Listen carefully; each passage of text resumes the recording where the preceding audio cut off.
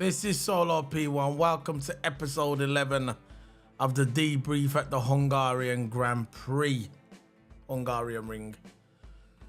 Whatever it is, the race was boring. The race was boring. If you go back and watch my race day review video, live reaction that I done with Total Hammer, I've made my opinion clear that the race was boring. But I also mentioned that I fell asleep. I did fall asleep. You know why? Because the race, the story, the race, the whole race, the journey, it ended in the first corner. It ended in the first corner. It started in the first corner and ended in the first corner. That's the story of the Hungarian Grand Prix.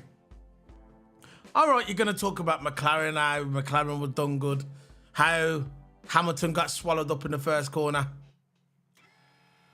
But what it boils down to, this Grand Prix was horrendous. Simple, my opinion. It was horrendous. That's why I fell asleep. Look, when Lewis Hamilton got pole on qualifying day, it was like a breath of fresh air. It really was. That could have been anyone, not just Lewis, by the way. It could have been Lando, Oscar Piastri, Daniel Ricciardo. It don't matter to me. But anyone but Red Bull. Anyone but Red Bull. Even the Red Bull fans can't admit it to themselves that this season is brilliant, because it's not. People talk, oh yeah, but Mercedes dominated. Not like this though. Not like this. Look, I'm not going to get into all that about the Red Bull cheaters thing. You know where I stand on this. But the new regulations really working out, isn't it? The new regulations are really working out. Now, onto the debrief. Usually, every week when we talk about the debrief, or every fortnight whenever the Grand Prix is, because we do the debrief after every race. We usually do it on a Monday. Didn't really do it on a Monday because I had things to do, so we're doing it late on Tuesday. I was going to save it to Wednesday, but I've got to do another video tomorrow. I've got to do the Jordan Henderson video, which should have been scheduled for today, but I'll push back to Wednesday. So, I'm talking about the debrief. Usually I go into analysis, talk about the tyres, the tyre wear, the grip, strategy. Me and Total Hammer, we talk about how Ferrari could have done better, maybe McLaren, maybe whoever. We pick a team and then we go for it. We go into analysis and maybe we could say, or maybe Williams should have done that. Maybe Williams should have went 2 laps longer on the hards and then put the mediums on. That's our debrief. But this week, because the race was boring, and I admit it was boring, and I'm not going to lie to you guys that I really enjoyed it, because if I lied to you, that would be fake, and that's something I'm not. So, we're going to talk a little bit about the race, and then maybe we might talk about McLaren, the strategy with Lando Norris and Oscar Piastri, where Oscar Piastri got passed in the pits. Anyway, we're going to get into that. So, before we get into the debrief, I'm going to bring in Total Hammer, my co-Qs. Total Hammer! So, we've got Total Hammer in the house on the TV, on the OLED TV, as you can see on my desk. So, we're going to talk about this debrief. I'm going to make it quick as possible and painfully as possible. Anyway, well, I don't know what to talk about. Anyway, we're going to get into the debrief. Before we start on the debrief, how you been, Toto?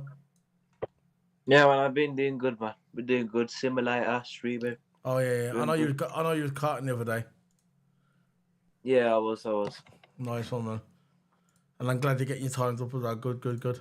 So we're gonna get into this analysis on. We're gonna talk about the Hungarian Grand Prix. I was just saying, look, it would have been nice to see someone else winning the race. You know, I think he won the race by about 32 seconds. So there you go. Yeah, so it doesn't matter. How, look, look. I said to the audience. I said, at the end of the day, usually when we do the debrief, we talk more about tyre strategy and how teams could do better in the pits. Maybe they should have pitted a little bit later. You know, one of them, we're going to detail analysis. But this week, because the race was so horrendous and poor, we're going to talk a bit about the race and a little bit about McLaren. So, We're going to kind of mix it up. So it's not going to be all strategy. It's going to be a bit of strategy and a bit of our opinion on the race as well. So when the clock took the speeds over the weekend, the Perez got the fastest 313, Hamilton got 311, and Albon was 311 as well. So fair play to Albon clocking up that speed. The fastest laps over the weekend during the races was Max Verstappen. He got a 20.5. Hamilton got a 21.6. Russell third with 22.6. So before I start getting to this debrief, it's not a proper debrief. I'm going to talk about McLaren. Now, when it got announced last year that Oscar Piastri was going to McLaren, I came out of my video and I done it on the Flaming Tarmac. I don't know which one it was. I think it might have been. I don't know. I'm not going to pretend I know. But it was on the Flaming Tarmac. And I said that there's going to be problems at McLaren. There's going to be problems because you got two talented drivers. And when they do get the good car underneath them, when there's a chance of them winning podiums and winning points, then there's going to be problems. There's going to be problems. Oscar Piastri, to me, is a future world champion. Not just a future world champion, a future multiple world champion, Oscar Piastri. This guy is the real deal. He's won all the race categories. He's gone from all through the karting, all through Formula 3, Formula 2, won everything. This guy's won everything first time. This guy's the real deal. And all he needs is a good car under him. Then you're going to see Wagwan. And I can see it coming now. Because what stood out for me in that race as well, which I didn't watch the full race. I went back and watched a few highlights. After the second stint of tyres, Oscar Piastri came out on the radio and he said to his engineer, I think I can go faster than Lando.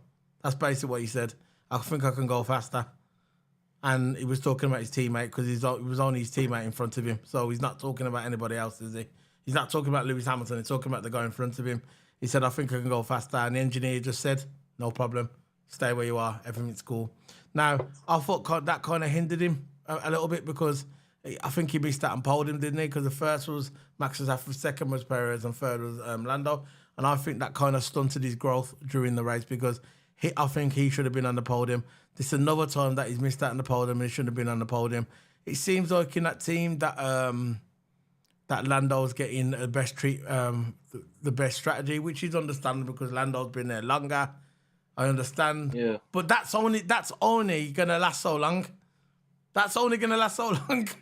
Because eventually, Oscar Piastri is gonna come out and he's gonna say, look, maybe it's gonna work. Maybe it's gonna work for the first year.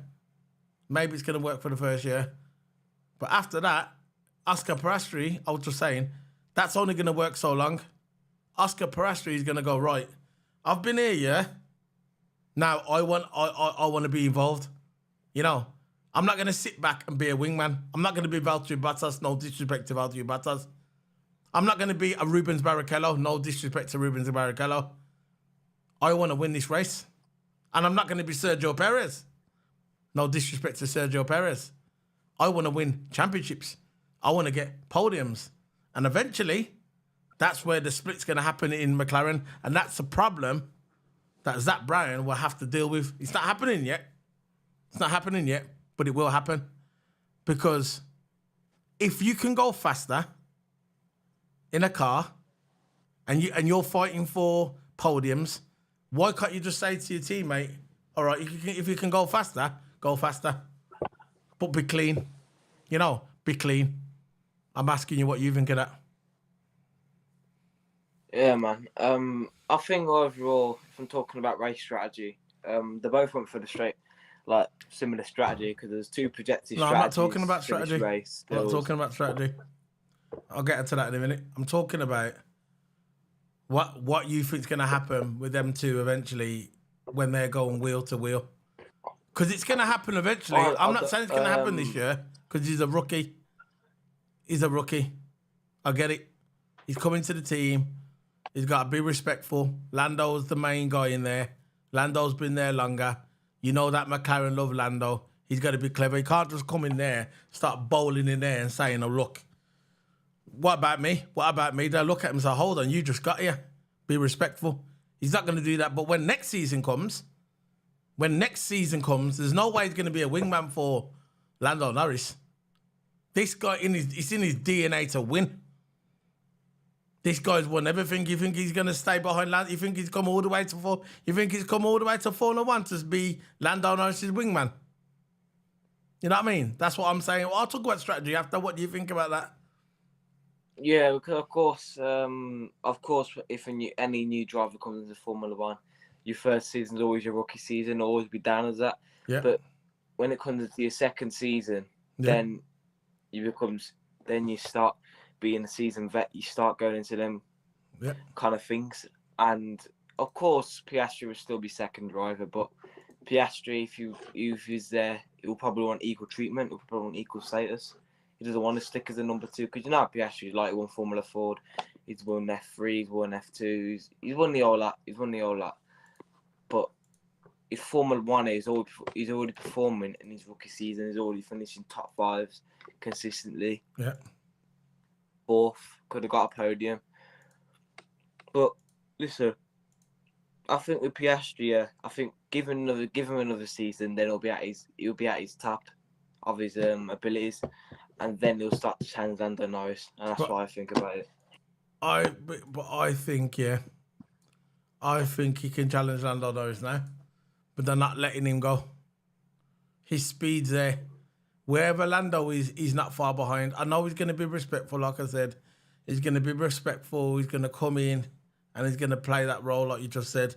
But when next year comes, he's not going to do that because he's like you just said, he's going to be a seasoned vet, and he's not going to stay back. I think now he could challenge Lando. His matching speeds with him is there, but he's only just they're holding him back. They're holding him back. And he's holding back because it's his first season. I get it. See, when Max Verstappen came into Formula One, and when he went into the AlphaTauri and then he jumped straight into the Red Bull, he weren't holding back. He didn't care. He came in and done the damage.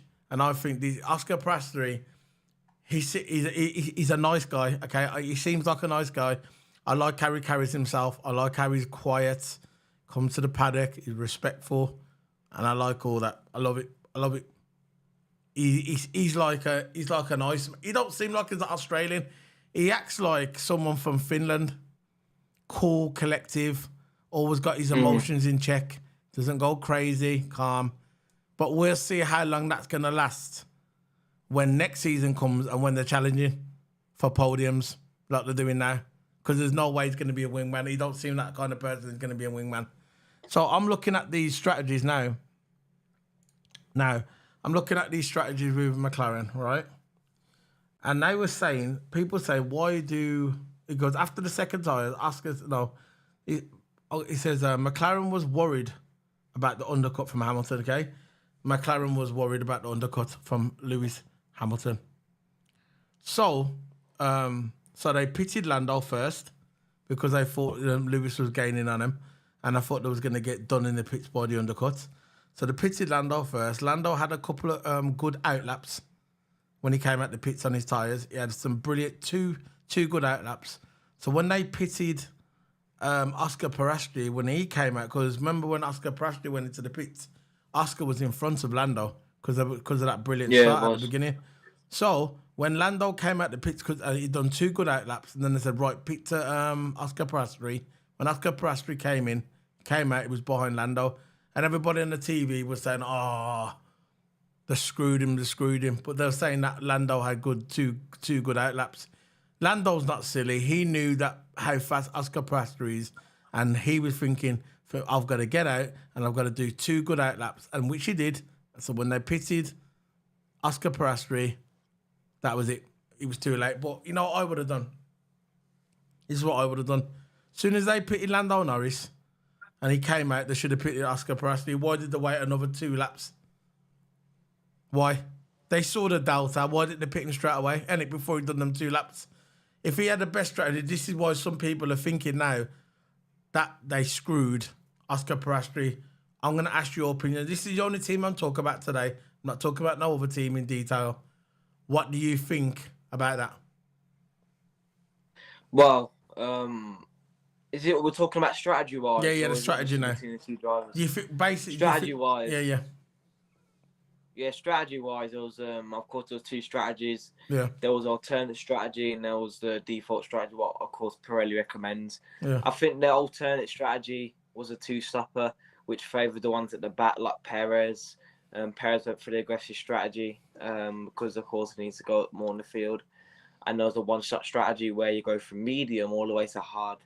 And I think that's what they both did, because when Norris pitted, I think Why it was didn't they pick him straight away though? like That's what I'm saying. Norris. When they pitted Lando Norris, why did they wait a couple of laps to pit Oscar Piastri? Because of them couple of laps, Lando done 2 great out laps. Yeah. When he came out, and he gained his time back. He gained his time. So when they pitted Oscar Piastri came out the pits and then he was behind Lando. If they would have pitted Oscar Piastri, you know what I mean?